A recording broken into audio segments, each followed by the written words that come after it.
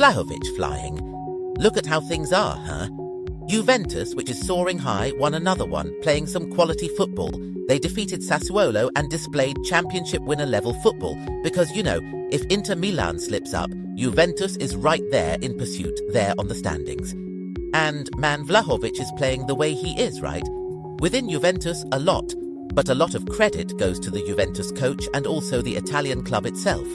They had the patience of the world with Vlahović. It's very difficult for a club to have the patience Juventus showed, the coach showed. Because, you see, since Vlahović arrived at Juventus, they didn't stop giving him opportunities. Always there, putting him to play, regardless of whether he scores or not, whether he's in great form or not. In his case, since he joined Juventus, he was going through a really tough phase, that adaptation period. However, the leaders and the coach of Juventus had courage, had foresight, really. Because, speaking frankly, hardly any big club in Europe has so much patience with a player as they did with Vlahović. So much so that, in the recent transfer windows, there was a lot of talk about a swap between Juventus and Lukaku, who was at Chelsea. There were talks that Vlahović would move to the Premier League. Anyway, Juventus always resisted and always supported the player. They never exposed the player negatively. And now, the Italian club is reaping the rewards of everything they worked on with Vlahović. Because the guy really had a great game, and if you've been following him in the last few games, you can see that he's really on an upward trajectory. And he's a guy, with a lot of potential. However, he hadn't shown that potential on the field yet, even though he was putting in a lot of effort in training on the field. Anyway, it's the merit of both parties, right? Juventus had patience, the coach had patience, giving him a lot of opportunities, and the guy on the field always worked really hard, both in training, speaking again, and on the field. So, let's move on. Keep an eye on Juventus because, the campaign they're having, speaking again, is the campaign of a team that will be the champion. And for the FA Cup, we had a disappointment, right, man? One played against Bristol City, and they played away, were missing players, and that was a decisive factor because they lost 1-0 and are eliminated. And Bristol City is a second division team. That's why I say, in England it's tricky, brother. It's tricky. Teams from the second division, third division, fourth division can indeed surprise the guys at the top, as we know. José Mourinho, he was fired by Roma, right? By the leaders of Roma. And then, everyone was kind of wondering, but what really happened between José Mourinho and the Roma executives? According to market information, something happened that always happens when a coach doesn't win. José Mourinho's way of being started to bother a lot after the defeats, especially against Milan, against Lazio. Well, there was also another defeat against Genoa, lost 4-1, and other defeats too. And José Mourinho's posture in front of the cameras in interviews was precisely to blame the players or not take responsibility for himself. Anyway, that José Mourinho way that we all already know.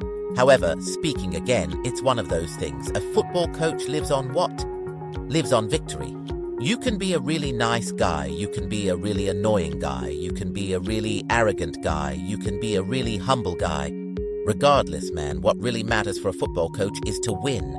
Proof of that is that José Mourinho has always been like this, including when he was at Roma. However, when he was winning titles, right, everything was fine.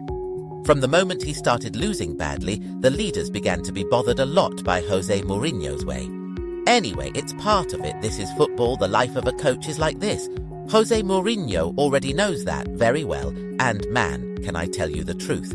If you follow your channel, if you're involved in this soap opera, José Mourinho was just waiting, I believe he couldn't wait to leave Roma because he had given many indications that he didn't want to stay there anymore. And the European newspapers are praising the fury of Manchester City fans regarding the Best FIFA 2023 award, which went to Lionel Messi. Obviously, the fans were extremely surprised, right? And not only them, but the whole world. Precisely because, as we've already said, this award obviously was supposed to go to Haaland. City fans claim Haaland was robbed. And, I can only say one thing to you. It's the plain truth. And speaking of drama, mate, if you're not aware, De Ligt, that same lad, is playing over at Bayern Munich. He's up against Bayern Munich, and the German press highlights that the relationship between the defender and coach Thomas Tuchel is tense, and thus an exit at the end of this season is not ruled out. And can I tell you the truth, mate? De Ligt is a bloke I expected much more from, you know? When he emerged at Ajax, I expected him to be a giant, and the harsh truth is that he's turning out to be just another defender, a good one, great even, but, whether you like it or not, kind of ordinary, you know? The Barcelona defender Ronald Araujo is attracting a lot of interest from Bayern Munich, but it's not just them. In fact, another giant has entered the race, and if you're not aware, it's none other than Manchester United. They are seeking solutions to address their defensive issues. But let me tell you a big truth, mate.